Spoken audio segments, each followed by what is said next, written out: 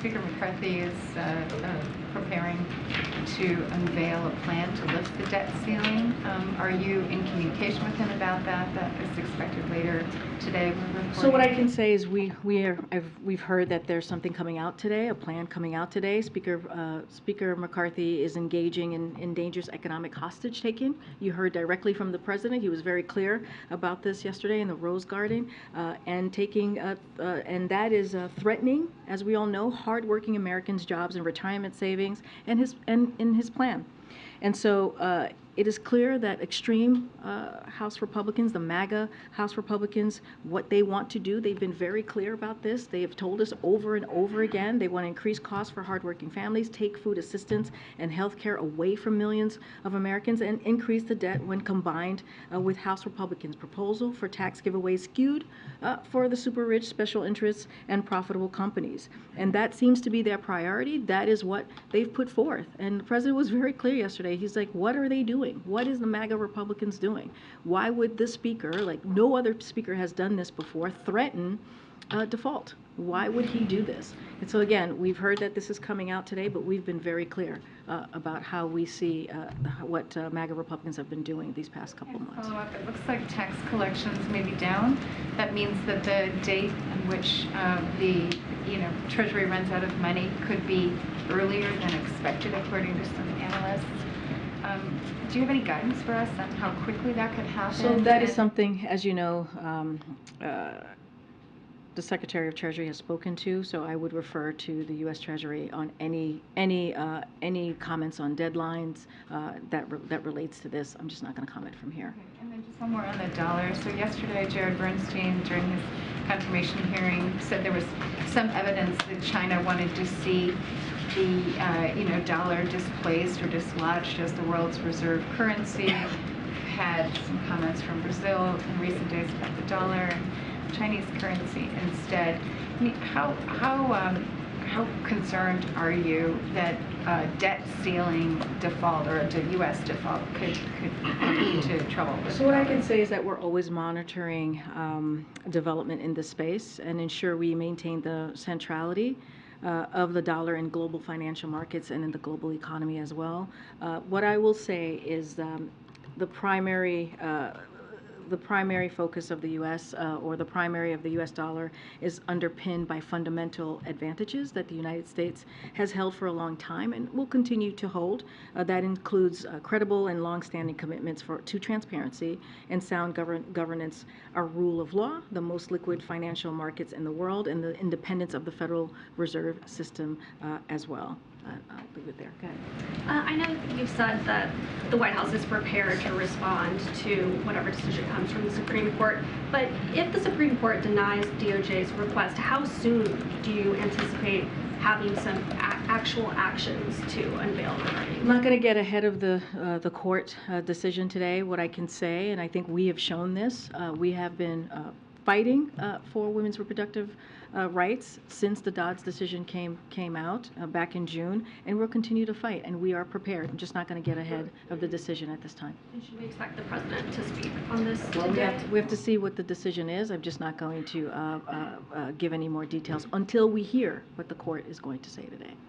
Then on the debt ceiling, as was mentioned, House Speaker McCarthy is preparing to unveil this plan. He's hoping by the end of today, and one of the proposals is that it would be raising it by $1.5 trillion or suspending it until May 31st. Taking aside any spending cuts that they want to include, with the White House support doing a short-term extension for a year? I'm not going to get into the mechanics. What we have been very clear about this is that there should be no negotiation. This should be done without conditions. We've been very, very clear these past several weeks, several months on how we view the debt ceiling and what should be done. It should be done, again, without conditions.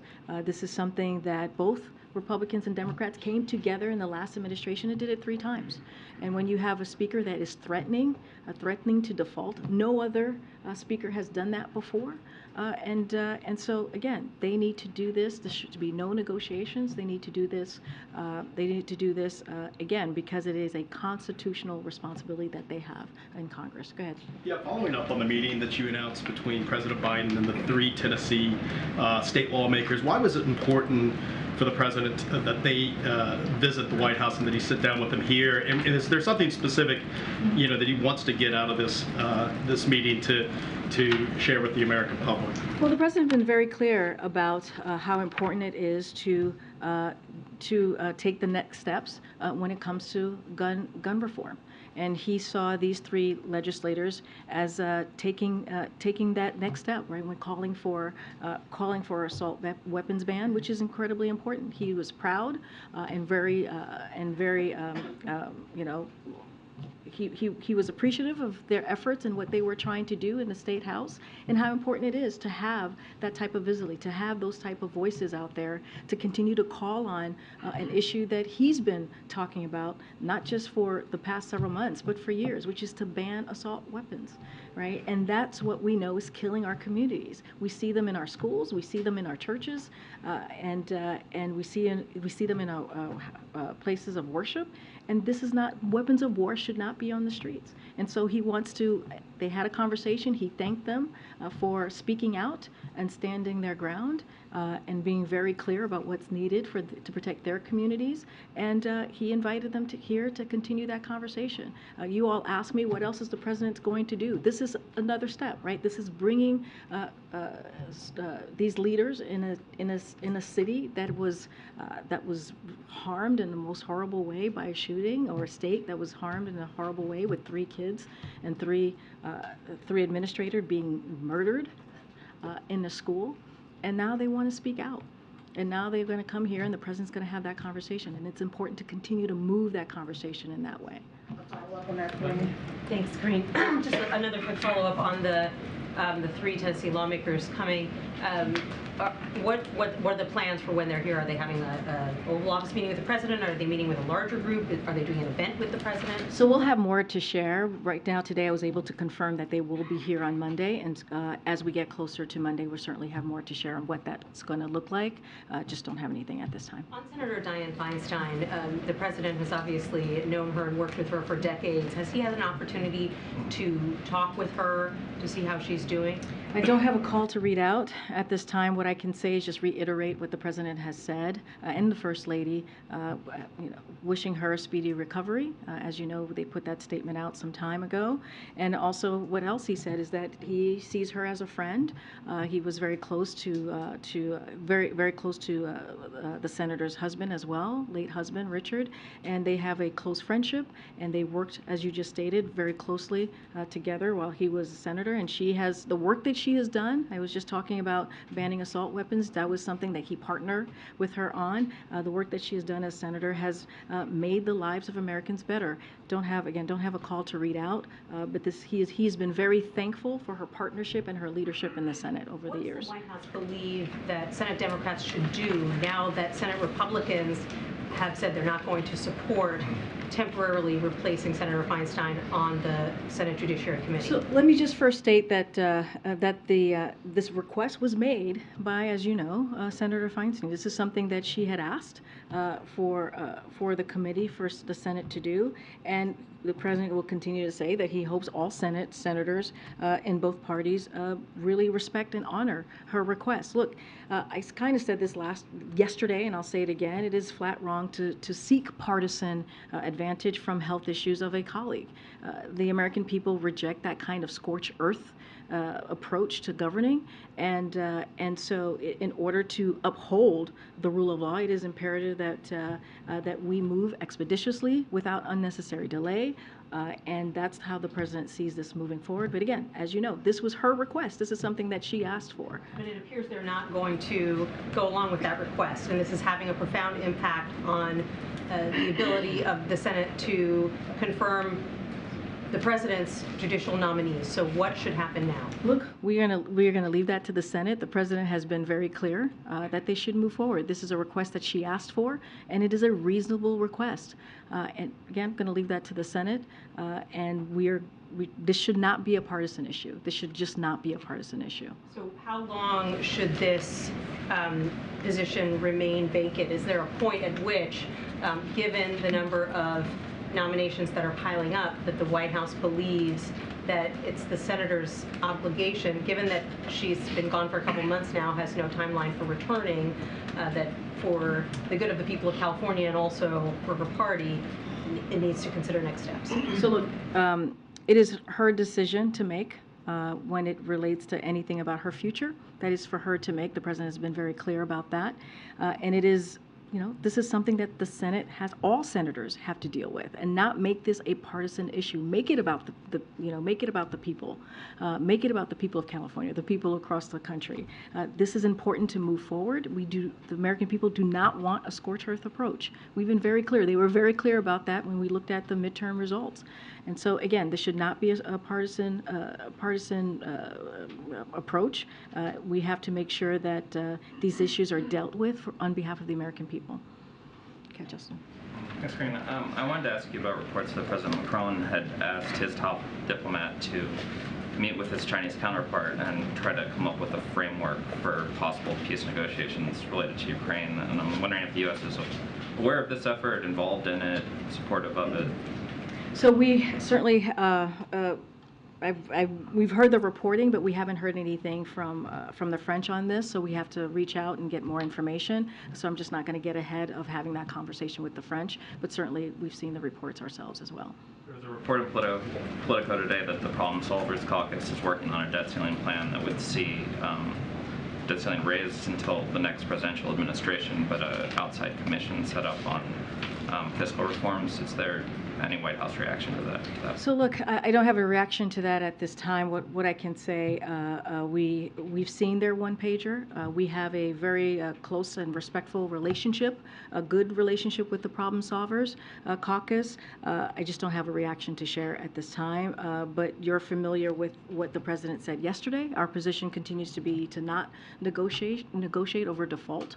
This is something that is the responsibility, the obligation of congressional members. They were able to do this 3 times in the last administration, and so again, this has been something that both parties have been able to come together to get done, and so that's what we would like to see. The last quick one, you were asked yesterday about Justice Thomas's ethics questions, and you said that you were going to be very careful not to comment on it. Yeah. And I'm wondering if you could tease out why you're going to be very careful not to comment on it. Is the basic calculus, which I think people might understand, that you don't feel like weighing in on these ethical issues or pushing for reforms is worth possibly alienating the Supreme Court? Yeah, I'm just not going to comment on it, really. I'm just not going to comment on it from here.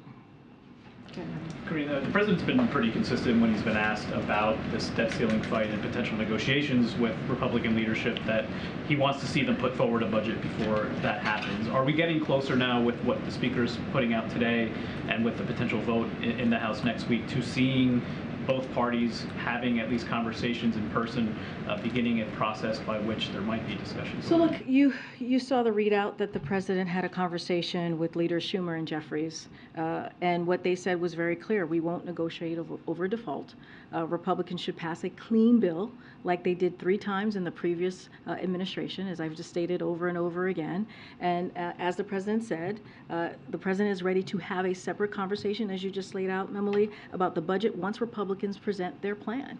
And we just haven't seen that. We have not seen a detailed plan that not just present to the president, but to present to the American people. Again, we're just not going to negotiate over default. This is something that they need to get done, and they need to get done just like they did in the previous administration. This has largely been messaging and political battle at this point, but I'm wondering if you can speak to what preparations might be being undertaken behind the scenes within the administration about the potentially severe consequences of a default. We are potentially as quick as 2 months away from seeing this. What is the president being briefed on about contingencies, about what might happen in the event? So you said messaging and political battle. Look, this is their their congressional, like, this is their duty. This is something that they have to get done. This is something that Republicans should not be holding hostage our nation. It is something that should not be happening. And so we're calling them out, these MAGA Republicans, these House Republicans, we're calling them out for something that they were able to do in the last administration. So I don't want the American people thinking that this is just a messaging of political battle. No, this is the right thing to do. This is their duty as congressional members in the House to get this done. On your second question, I just don't have anything to share from you. And then one quick question. Robert F. Kennedy Jr. today announcing his candidacy for president, potentially challenging the president for renomination. I'm wondering, obviously from that podium you're limited in what you can say about politics, but the president just spent some time with Joseph Kennedy III last week, spoke with Ethel Kennedy. He has other Kennedys within the administration. Have you had a chance to speak with the president about his reaction to his potential candidacy now announced by our... So it's 2024, the Hatch Act. I'm just not going to touch that with a 12-foot pole. I'm not going to touch that with a 12-foot pole. Thank you. Go ahead. Oh, thanks so much, Karine. Just on the debt ceiling, quickly, you've been very, very clear today and previous days that the president wants a clean debt ceiling, a clean vote on the debt ceiling. But can you talk about whether he would want an amount, the debt ceiling to be raised by an amount or by like a date? No, I'm not going to get into the details. This is something that they should do. They should raise the debt ceiling. This is something that the House Republicans need to get done. I'm not going to get into specifics. I'm just not going to get into specifics from here. What we can lay out is what the House Republicans have told us thus far that they want to do, that they have been very clear about, which is devastating cuts to veterans and education, as I've mentioned before, taking food assistance and health care away from millions of people, sending manufacturing jobs overseas or manufacturing overseas, which means outsourcing good-paying jobs to countries including China, and increasing energy costs while increasing the deficit. This is what they have said and laid out that they want to do. And let's not forget to fund law enforcement and border security. So that's what we're going to call out. They need to get this done. This is their duty, their congressional duty, constitutional duty, to be even more specific and accurate. And they have to get this done. They did it 3 times in the last administration. Just have to really quick on Russia, if I may. President Putin has visited Ukraine twice in about a month. Can you say anything about what that might signal about the coming spring offensive and how the U.S. interprets his decision to make those visits? Yeah, I know he visited the Donbass region very recently. Look, we've been very clear. Russia has no legitimate or legal claim to these sovereign Ukrainian territories. We've been very clear about that, and we'll continue to restate that. That's why we will continue as well to support Ukraine, the Ukrainian government. There's going to be a PDA that's going to be announced by my colleagues at the Department of Defense, so I'll refer you to that. And, Mr. Putin's visit seems like an indication that they know things aren't going well for Russia. They know that. Mr. Putin seems to know that very clearly. He is likely trying to shore up his own populace since he knows his military is underperforming and struggling to achieve its objectives through this invasion that we have seen them do for this past year. Thank you. As you know, the U.S. has now surpassed China in becoming India's largest trading partner. And the India-US bilateral trade is now touching around $200 billion a year. Last year it was $192 billion. When President Biden went to India as a vice president of this country, he had set a goal of having the bilateral trade to around $500 billion a year. Does the president still believes in that goal, and what steps his administration is taking to reach that goal of India-US bilateral trade of $500 billion a year? Well, I'll say more broadly, as you know, the United States and India have a strong bilateral relationship, and that's including trade as well. Trade relationship, we're committed to continuing working together and in groups like the Quad to advance economic growth for our 2 countries and expand cooperation of our shared priorities, and that is a commitment that you can know that is coming from the United States. Okay, Peter. Thanks, Karine. 69% of people polled by CNBC say they have a negative view of the economy. President Biden talks about the economy all the time. What? He talks Why about aren't people buying it? He talks about the economy all the time because he wants the American people to know that he's doing everything that he can to make sure that his policies that he's put forward that has shown that he's building an economy that doesn't leave anybody behind, that builds an economy from the bottom up, middle out. And he also talks about the economy, and when you hear him talk about the economy, he talks about how he's prioritizing making sure that we lower inflation. And that is where the American people are, meeting them where they are. He's going to continue to have that conversation. He understands how important that is for Americans, American families, and so he'll never shy away from that. I know you're reading a poll right now. That is one poll, but he's not going to stop talking about what the American people really care about, which is what are we doing here to make sure that we are addressing the issues and the concerns that they have. Okay, on China, China is setting up police stations in the U.S. There's more proof now that they created COVID. There is reason to think that there were more spy balloons than the White House has said. Why is it taking so long for President Biden to call Xi and tell him to cut it out? We have said over and over again that the president intends to call President Xi. I don't have a call to read out to you at this time. Look, and we've said this before, we believe it's important to maintain open lines of communication with China. We believe that it is an important bilateral relationship, the U.S.-China relationship, even as we're talking about strategic competition with China. And so that has not changed. We're going to continue to move forward in that way. And then one more. So Monday, you're going to have 3 of the lawmakers who protested Peacefully protested. Who peacefully protested after the Nashville Covenant School shooting.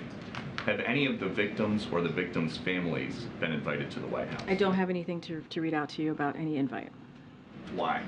I just don't have anything at this time to read out to you at any invite. What I can say to you right now is that the president is focused on getting things done. He's focused on making sure that we are protecting our communities, that we're protecting our schools, that we're protecting our churches, we're protecting our grocery stores, that people, as we know in Buffalo, went to the grocery on a Saturday and got murdered. 10 of them were murdered. We see what's happening in our schools. And that's why he's bringing these legislators here, to have that conversation and to see what else can be done and to highlight that. That's what the president is using the bully pulpit for. That's why he continues to put pressure on Congress to get things done. Make sure that they're showing some courage, Republicans in Congress, to make sure that we're banning assault weapons. And so we cannot have weapons of war in our streets. We cannot have weapons of war in our schools. And so that's why he's bringing them there. He's bringing them here to continue that conversation. All right, go ahead, April. Karine, 3 topics. One, Tennessee. 3 topics? Yes. It's been a while, huh? Tennessee legislative time has been truncated. What was the president's thoughts about that, as the governor had said that he wanted to move forward with even red flag laws, and now Republicans truncated that time? It was supposed to be longer, a couple weeks longer, and it now ends Friday of this Can you week. say the beginning of the question? I'm so sorry. What? I'm sorry. What are the president's thoughts about the Tennessee legislative assembly time being truncated, cut short, after the governor had said that he wanted red flag laws and maybe even wanted to compromise with some other things, and now it seems like they may get the budget done and nothing else? Well, look, it is shameful and unfortunate what we see these MAGA Republicans in Congress and across the country in state houses are doing on an issue. Again, I just laid this out for Peter, on an issue that is so important to the American people. Gun violence is an epidemic in our country. It's killing our kids. Guns are the #1 killer of our children, and it's only going up. We should be doing, as adults, we should be doing everything that we can to protect our children. That is on us to do.